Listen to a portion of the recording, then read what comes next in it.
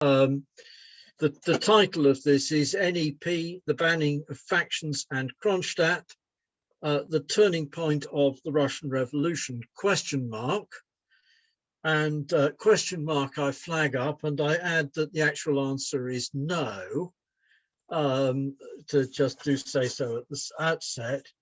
But a bit of context.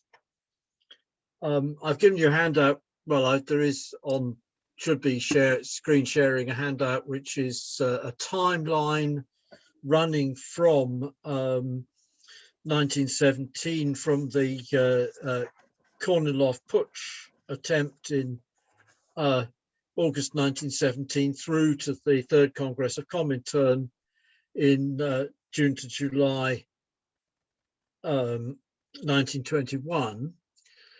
The timeline is background. I'm not going to take you through the whole of the timeline, but I will come to the end of it, the 1921 part. It looks as though the Civil War is won. For practical purposes, it looks as though the Civil War is won and the war with Poland is, for practical purposes, over. The Kronstadt garrison holds fresh elections to the local Soviet and raises a whole series of demands for free elections and of rights of free speech, rights of to organize of the opposition parties of one sort and another. There's arrests of those Bolsheviks who didn't flee from the fortress and town. That's on March the 1st to March the 2nd, 1921. March the 5th, Trotsky issues an ultimatum in his capacity as war minister to Kronstadt: surrender or we invade. March the 7th to 10th, they attempt to attack Kronstadt without success. Then there's an intermediate period. The 10th Party Congress happens March the 8th to March the 16th. The new economic policy is adopted. It's clear enough that the new economic policy is not a response to Kronstadt, because the plans for the new economic policy have essentially been made before the 10th Party Congress happens. But it certainly makes, how shall I put it, undercuts the demands of the Kronstadt rising. At the same time, however, the party decides, because it's making a retreat on the economic front to a mixed economy rather than a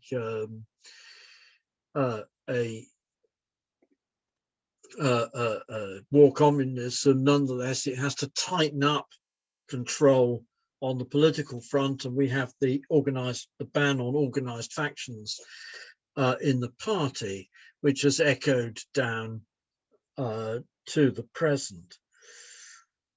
And in March the 16th to the 18th, immediately after the Congress, the Red Army now launches a successful attack on Kronstadt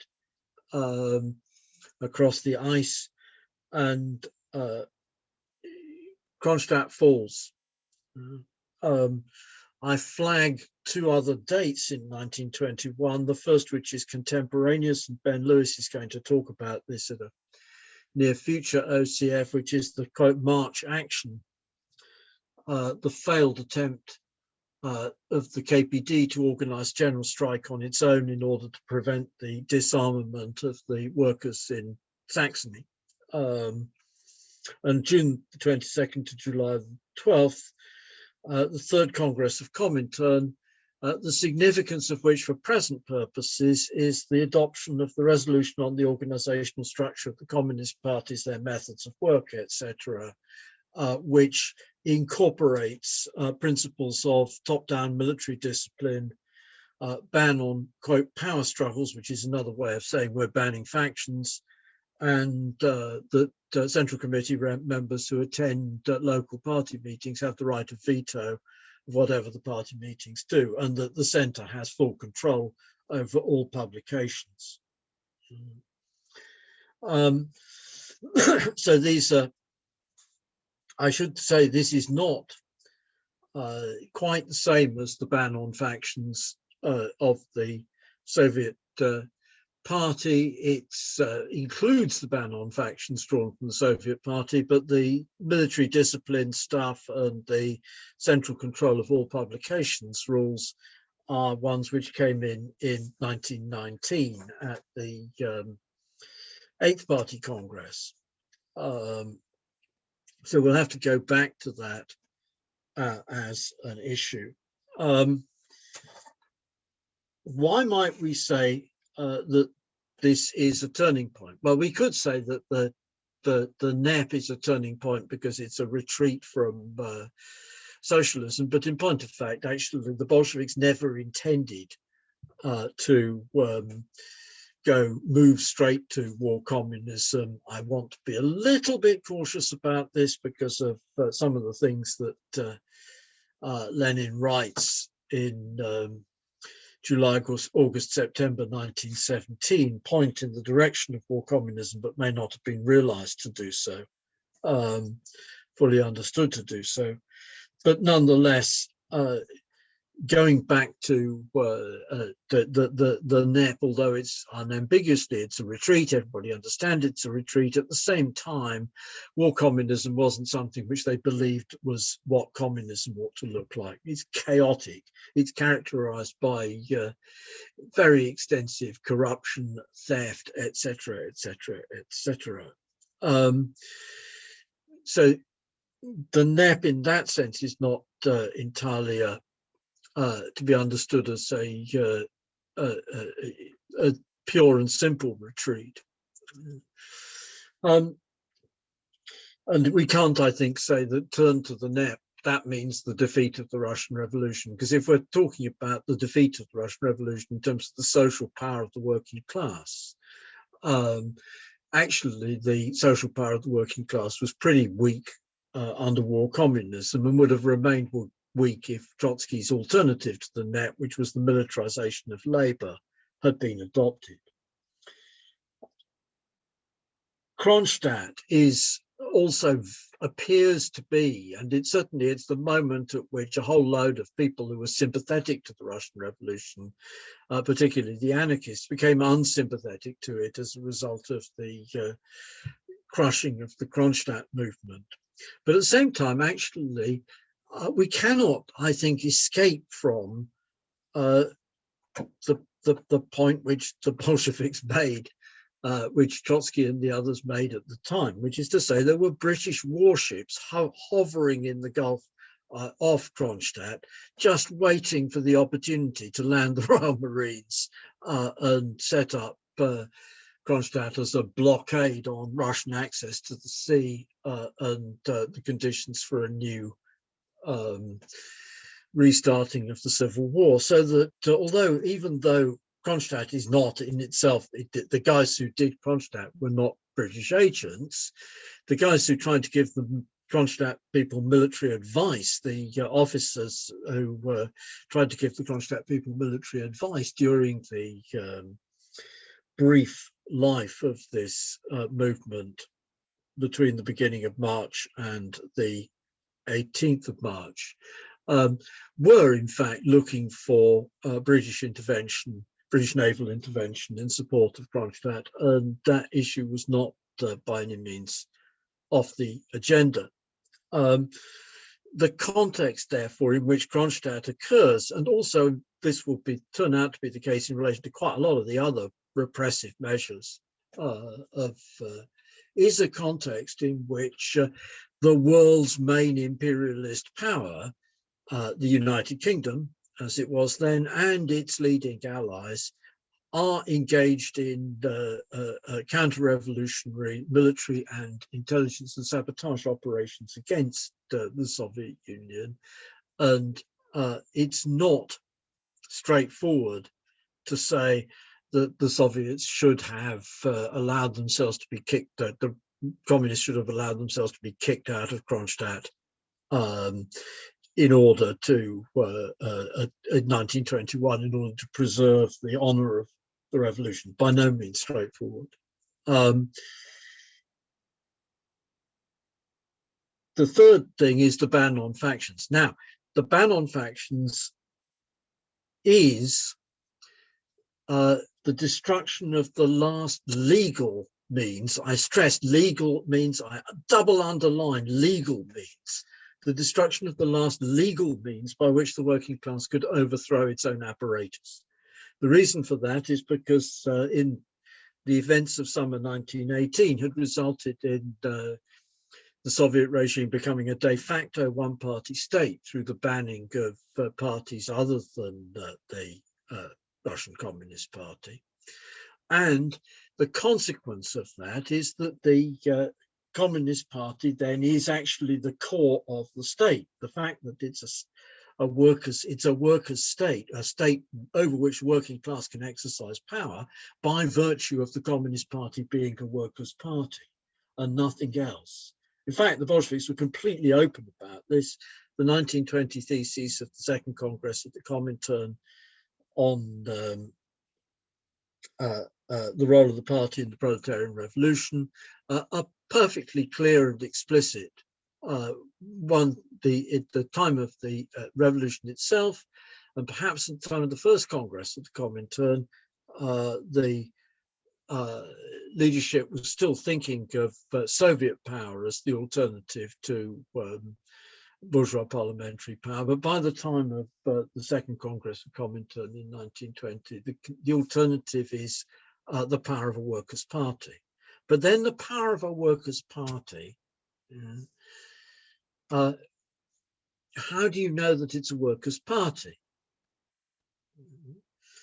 It doesn't work to say that it's a workers' party because the majority of its members are working class. Because you push back into the 1950s, the majority of members of the British Conservative Party were working class. That's just because the majority of people in the society are working class. That doesn't make the bleeding Conservative Party a workers' party. I guess one could probably guess that the majority of organized members of the Democratic Party, or indeed of the Republican Party in the United States, may be working class people.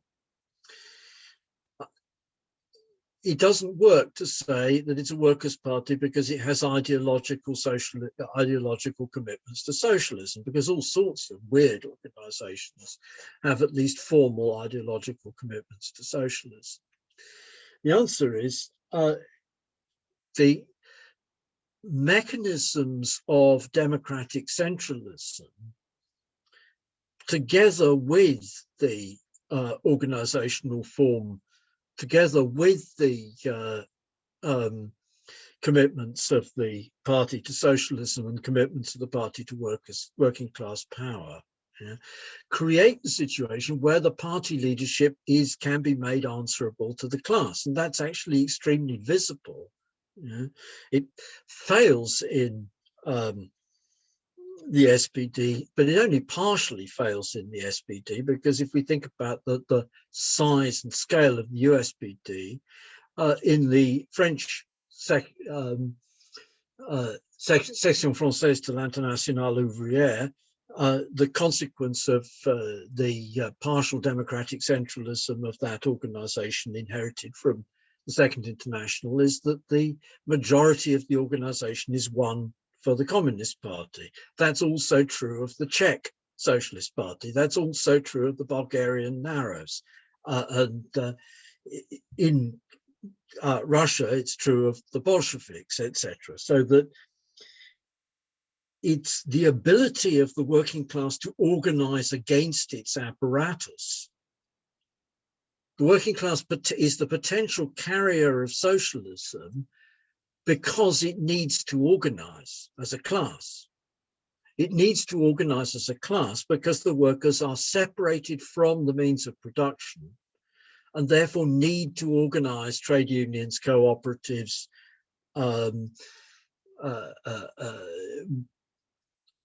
mutual funds and associations, and so on, need to organize collective action. And the need of the working class to organize collective action is the thing which poses the potential alternative to market society and the quote liberal constitutional order, unquote. But then if you take away the right of the working class to organize against its own leadership, you've actually destroyed, however much you engage in policy of levies and purges, as the Communist Party after 1921 repeatedly attempted to renew its working class membership and purge careerists and so on and so forth. In reality, actually, you've made the membership subordinate to the apparatus, and you've made the working class subordinate. You've created the dictatorship of the apparatus over the working class. So the ban on factions in 1921 destroys the last legal, I stress legal, and I underline it over and over again, the last legal opportunity for the working class to overthrow any leadership, whether the leadership was an ultra-leftist leadership or a rightist leadership, by legal means of action. But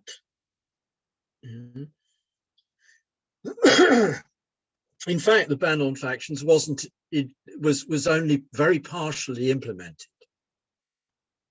The moment at which the ban on factions is actually implemented is the 1-2 right hook, left hook of Stalin and his co-thinkers ally with the so-called rights of Bukharin and co. to kick Trotsky and the lefts out of the party and repress them and send them into exile in 1927-28, and then within 6 months steal their now excluded opposition's political clothes of the advocacy of an accelerated program of industrialization and a more aggressive policy in international affairs, and proceed to use exactly the same method of bringing in the Cheka into the party leadership and having people arrested and expelled and a purge of the right, leaving the apparatus core, the Stalin clique, in control.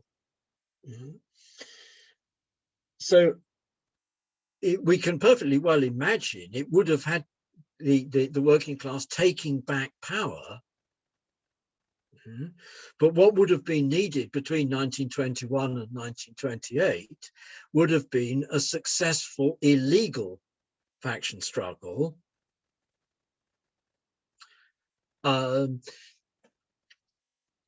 It would also actually have needed people to have a clearer idea of what the hell was going on in both world affairs and in the Russian economy than they had. You've got, on the one hand, the Bukharinists had this idea of we will do socialism in one country through very gradual step by step in tandem with the peasantry, not understanding that what the peasantry were engaged in was a tax strike in order to force capitulation of the cities, which would in fact have resulted in the recreation of feudalism if it had been successful. The left opposition, on the other hand, imagined that forced march industrialization could be done without terroristic measures against the peasantry. And in fact, the consequence is the majority of the left, the overwhelming majority of the Russian left, capitulated and joined up with the Stalinists when the Stalinists turned left in 1929-30. In any case, the point is that the working class could have taken power back, perhaps, but to have done so would have involved an illegal faction in order to take power back. But the other side of this, actually, we need to look below the issue of legality. I pointed at the issue of legality, and I point at the issue of legality actually because the ban on factions as applied in workers' organizations under capitalism just creates an organization which is responsive to the interests of the capitalist class, and which actually masses of workers on the whole shun, so that either it's a shell organization like the Labour Party and the trade unions in this country and many other equivalent organizations which have mass theoretical memberships but aren't able to mobilize forces, or else it's a sect like the SWP and so on, who the class won't have anything to do with. or has very little to do with, I should say. So we need to look below the issue of Soviet legality, and the point about looking below the issue of Soviet legality, then the consequence is that we can't say 1921 is a turning point, because there are earlier steps which take us down the road which leads to the decision to ban factions in 1921. And if we ask why these earlier steps are taking place, the answer is actually that the Bolsheviks are in the shit in terms of what the hell they're going to do as soon as they take power. Why are they in the shit as soon as they take power?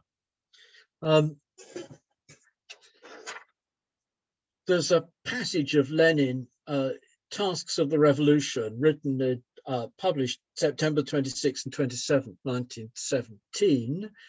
Lars Lee has recently drawn attention to it. And Lenin is proposing that one of the things he's proposing is that the party should immediately offer peace.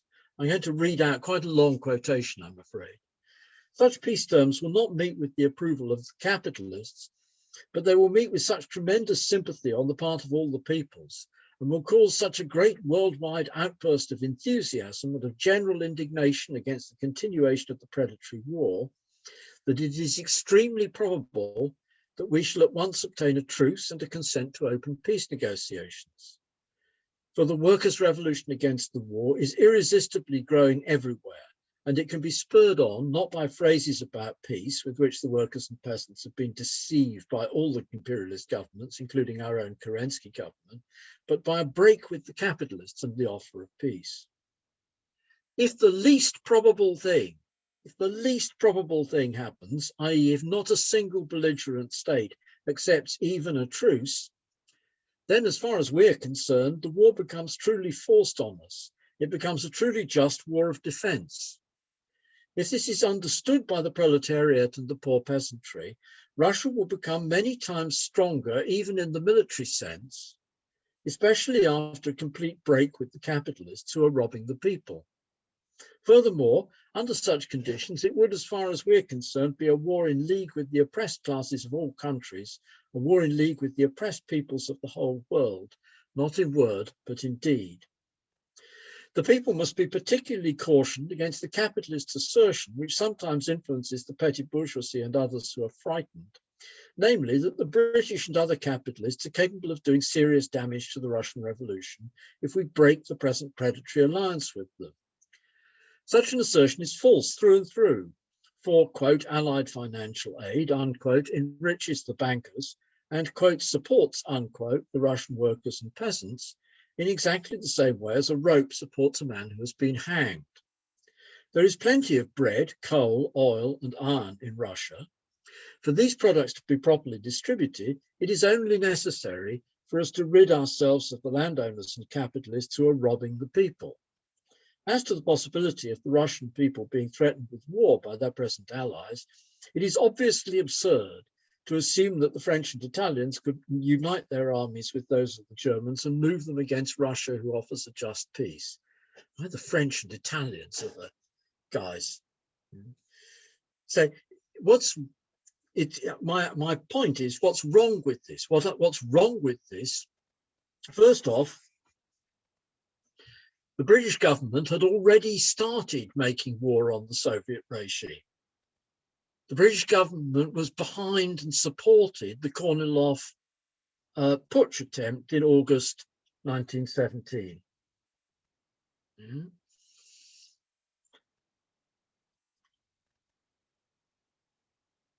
In fact, as soon as the October Revolution took place, there was the Kerensky-Krasnov uprising, but the Cossack movement against the Bolsheviks and the Alexeyev, Denikin, Kornilov volunteer army operating in South Russia in November, December 1917 did so with British and French finance and material aid.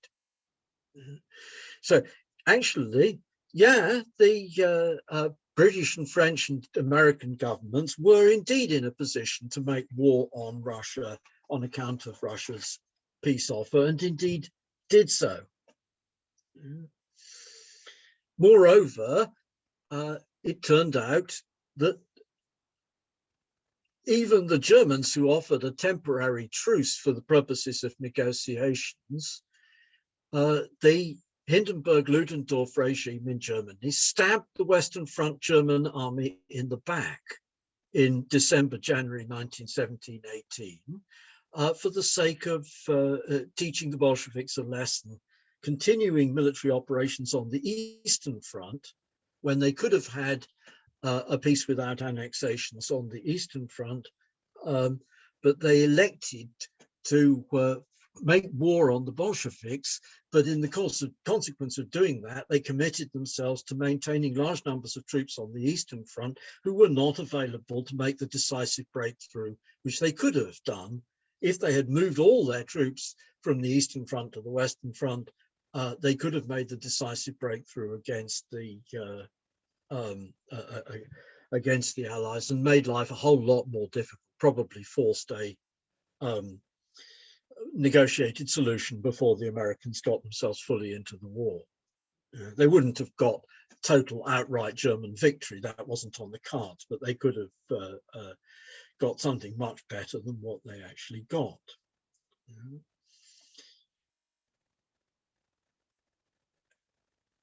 The Bolsheviks took power in alliance with the left social revolutionaries. Without the left social revolutionaries, they had no majority. The left social revolutionaries were not initially in governmental coalition with the Bolsheviks, but they were in the Military Revolutionary Committee, and they came very rapidly into governmental coalition with the Bolsheviks. The Brest-Litovsk Treaty in March 1918 had no majority support. There was no majority support for that treaty in Russia. There was a majority in the Bolshevik Central Committee by virtue of the center group around Trotsky, which tried to maintain the no war, no peace position, collapsing and accepting Lenin's position. But then the consequence of that was that on March the 19th, 1918, the left SRs withdrew from the government. It's at this point we also have fights within the Bolshevik Party, I haven't mentioned on the timeline, over the use of spetsy, of Tsarist officers as military commanders.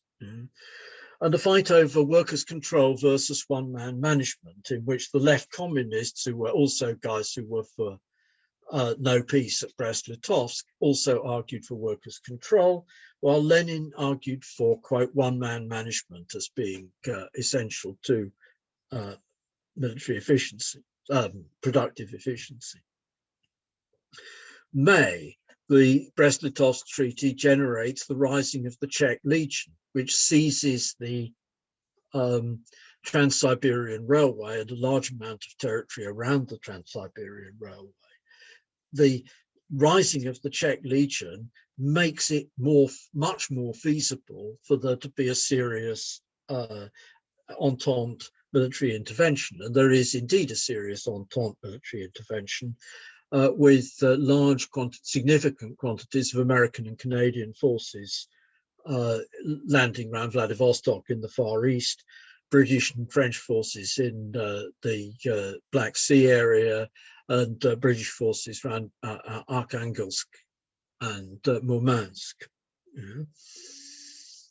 The left SRs turned to terrorism, assassinating the German ambassador. That's a politically symbolic, right? It's politically symbolic terrorism rather than a very particularly serious attempt to take power. But it signals, we believe, after Brest, we believe that it was true when the provisional government said Lenin's a German agent. And in there's sharp repression of the left SRs. It's at this time that the Bolsheviks move fairly heavily into shutting down Soviet elections. The other opposition parties are expelled from the Central Executive Committee of the Soviets. The left SRs are expelled from the Congress of Soviets, and left SR majority Soviets are shut down. In August, there's an attempted assassination of Lenin, and the Cheka, in the course of working on the attempted assassination of Lenin, the actual assassination of Lord Uritsky, accidentally uncovers a much more serious coup plot orchestrated by Bruce Lockhart for British intelligence. So that you're not talking about, my point about this stuff is we are not talking about the Bolsheviks going authoritarian for arbitrary reasons, or for reasons of resistance to workers' control and so on and so forth. This is in the context of civil war. Civil war, the anarchists and libertarians characteristically say, well, the civil war didn't begin until May 1918. Actually, no, that's false. The civil war began with the Kornilov Putsch, continued with Krasnov's Cossacks on 26th and 30th of October, 31st October old style, continued with the Cossacks and Alexeyev and Coast Volunteer Army in the south, so that they were already in civil war.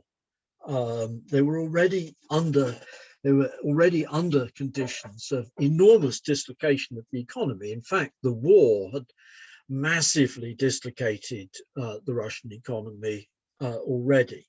Mm-hmm. And the German occupation of the Ukraine under Brest-Litovsk massively exacerbated the grain supply problem, because the major elements of grain supply came from Brest-Litovsk, and other elements came from Siberia. So you're talking about an astonishing level of disruption. And in this context, we get a series of steps. So we also have to look at what's happening outside of Russia. So we get, the Spartakist uprising, the German Revolution of November 1918, the quote Spartakist uprising unquote, which is, I think, a misnomer. Again, it's an attempt to avoid the far right overthrowing the far left police chief in Berlin, but the far right wins. Luxembourg and Liebknecht are murdered. The right wing of the SPD gains control in alliance with the far right. There's an offensive in March. There's an offensive of the White Army on the Siberian front. Again in March, the Kapp Putsch in Germany leads to fighting in Saxony and Thuringia, which the army wins, and in the Ruhr, where the workers win. And it's in this context of what looks like we are in the midst of European civil war. I've considerably understated the extent of this, that the Eighth Party Congress introduces military centralism in the party and abolishes the right of local and sectoral organizations to publish. There's also a background in the Tsaritsyn affair, where Stalin relied on his political authority and the support of local Bolsheviks to override the military commander in the region in connection with the military operations around Tsaritsyn and in the south, which Lenin recalled Stalin after protests by Trotsky and Vatsaitis. Again, at the same time, Béla Kun is Prime Minister of Hungary. I can't call this a revolution, because it's a sort of everything collapsed and they brought the communists on board in the hope of, God knows what they were hoping to do. The Romanians promptly invade Hungary, while at the same time, I hadn't realized this until starting to look this up, the Hungarians tried to invade Slovakia at the same time as they were being invaded by the Romanians, which is not good politics. The Bavarian Council Republic of April-May 1919. There's an attempted communist putsch in Vienna in April 1919. Meanwhile, the whites are in quite a strong position. Through June, Denikin captures Tsaritsyn and threatens Moscow from the south. In October, Yudenich is able to attack Petrograd from the Baltic states.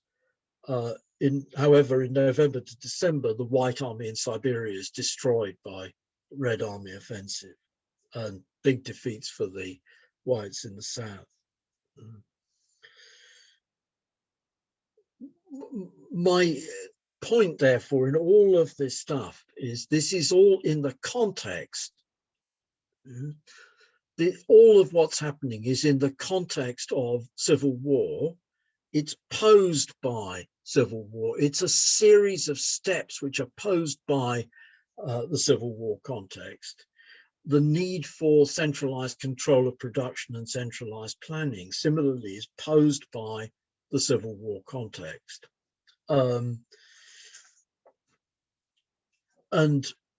What happens in 1920-21 is also posed by, is just as much posed by the Civil War context. But the Civil War context, it's not at all clear.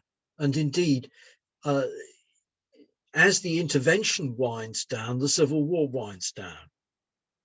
It's absolutely not clear that Alexeyev, Denikin,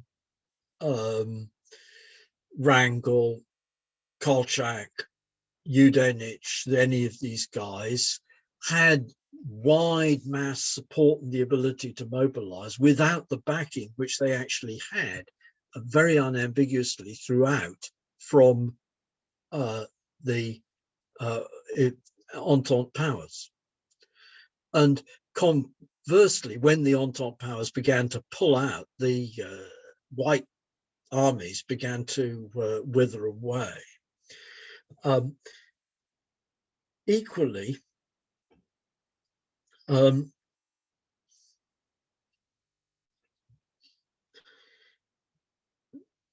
without the stab in the back by Hindenburg-Ludendorff,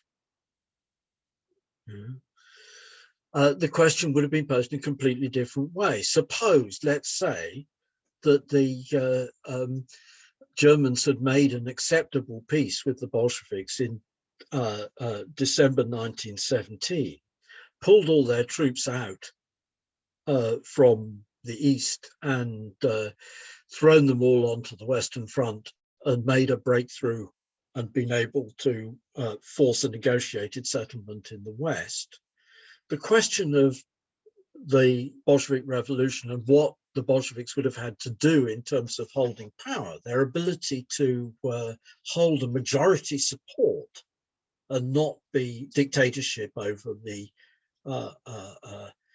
not turn themselves into a dictatorship over the working class, would be posed in a completely and utterly different way. But of course, it isn't posed in a completely and utterly different way. And here we come to the core of the contradiction. The rule of the capitalist class is a class order in just the same way that ancient slavery is a class order and feudalism is a class order. It's a regime under which some people hold other people in subordination. It is also actually, from its beginning, an imperialist order. Imperialism is not some sort of weird superstructure which is superimposed on what would otherwise be peaceful relationships between national capitalisms. Imperialism begins with the Venetians setting up slave plantations, slave work sugar plantations on Cyprus and Crete. And it begins with the similar operations of the Genoese, both themselves and then subsequently through the Portuguese in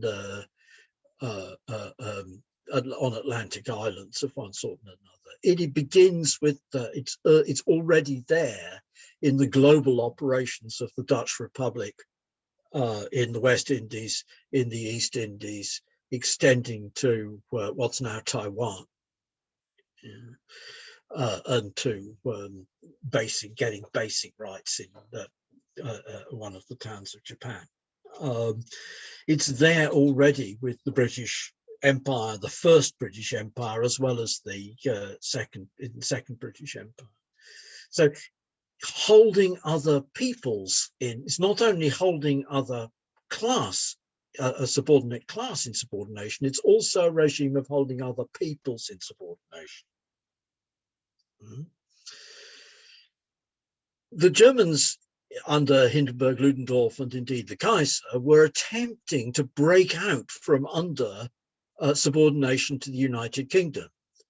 It's more transparent in the case of the Turks, because the Turks were actually subject to Greek-style debt management regime imposed by the creditors, Britain and France, which took control of the whole of the Turkish budget and so on and so forth. But there's an attempt to escape from subordination. The Americans escaped from subordination to the British in 1861-65. It took that in order to destroy the British fifth column in the southern United States. So when the Russians come to make the revolution, the fact that Lenin imagined that there was likely to be a peaceful solution, which would then enable them, whatever the hell they planned to do in terms of the economy after taking power, they imagined that there could be the sort of ideology, the way in which international relations is ideologically represented as the pursuit of objective interests of states, that pursuit of the objective interests of states would allow them to make peace and radically transform the Russian economy. But that, in reality, it was more important to fight for subordination. It was more important to the German Junker class to be in solidarity with the Russian aristocracy than to win the war. And as far as the British and so on were concerned, there was never, ever, ever any issue of peaceful coexistence. That was not on the agenda. The United States, indeed, regarded itself as at war with the Soviet regime from 1918 until 1991. Okay, there were deals, there were blah, blah, blah, blah, but there was continuous military pressure, continuous operations, and so on and so forth. So that's level side one of the contradiction. That it's delusive to imagine that you can take power in a single country and build, and the reason why is because the capitalist regime is a regime of holding people in subordination, and escaping from subordination is immediately to threaten the whole goddamn system and will be met with as much terrorism as is necessary to, quote, restore order, unquote. The other side of the coin, however, is this, that the problem is that if we use police measures to exclude, even though it is the case that the oppositions to the Bolsheviks, by and large, not exclusively, but by and large, were in cahoots with Entente intelligence services, or seeking or getting aid, material aid and support from Entente intelligence services. Nonetheless, that doesn't alter the fact that the working class needs political democracy. It needs the mobilization of the creativity of the base, which is made possible by the right of the local organizations to publish, by the right to form factions, by the fluid, etc., dynamic discussions and so on and so forth. The working class needs that in order to mobilize itself as a class. And everything which we've seen since 1917, since 1918-19, points to that the underlying tendency of the militarization of the party, the abolition of the right of local publication, the right of intervention of the central leadership, and all of the ban on factions and all of this stuff, tends to undermine the class nature of the party, tends to demobilize the working class, and produces the result not only in the Soviet Union itself, that we get nothing but passive resistance and, quote, they pretend to pay us, we pretend to work. And total inability of the working class to form ideas about what might be an alternative in 1989 through 1991. But also, actually, the more we get of this crap in the workers' movement in the capitalist countries, the more useless, the more we get the same phenomena of demobilization, demoralization, collapse into.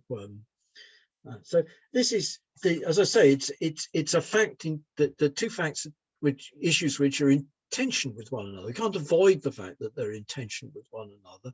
It's a contradiction that on the one hand, it's illusory to suppose that there can be the overthrow of capitalism without civil war, and without the levels of destruction and so on which are involved in that, because actually this regime is not a peaceful regime.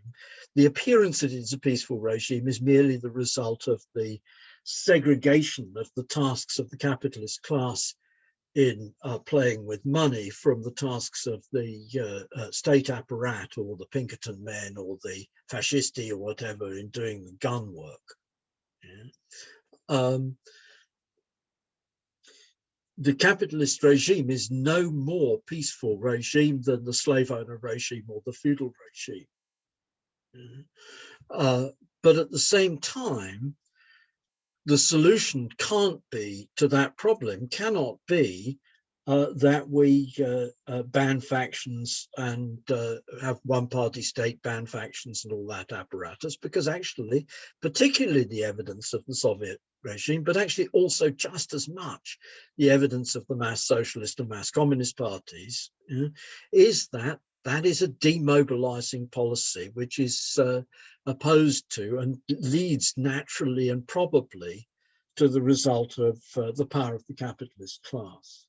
So 1921 is not the turning point. It's one of the points which begin with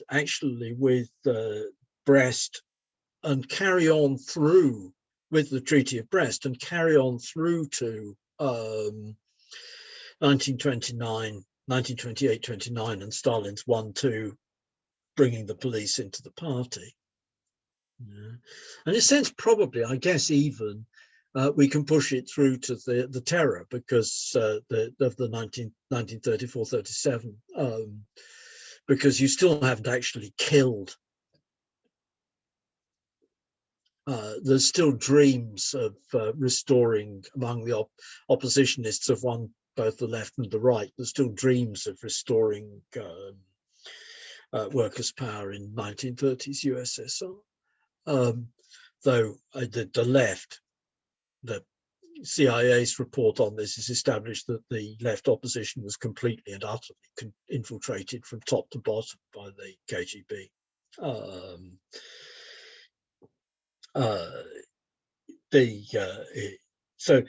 But nonetheless,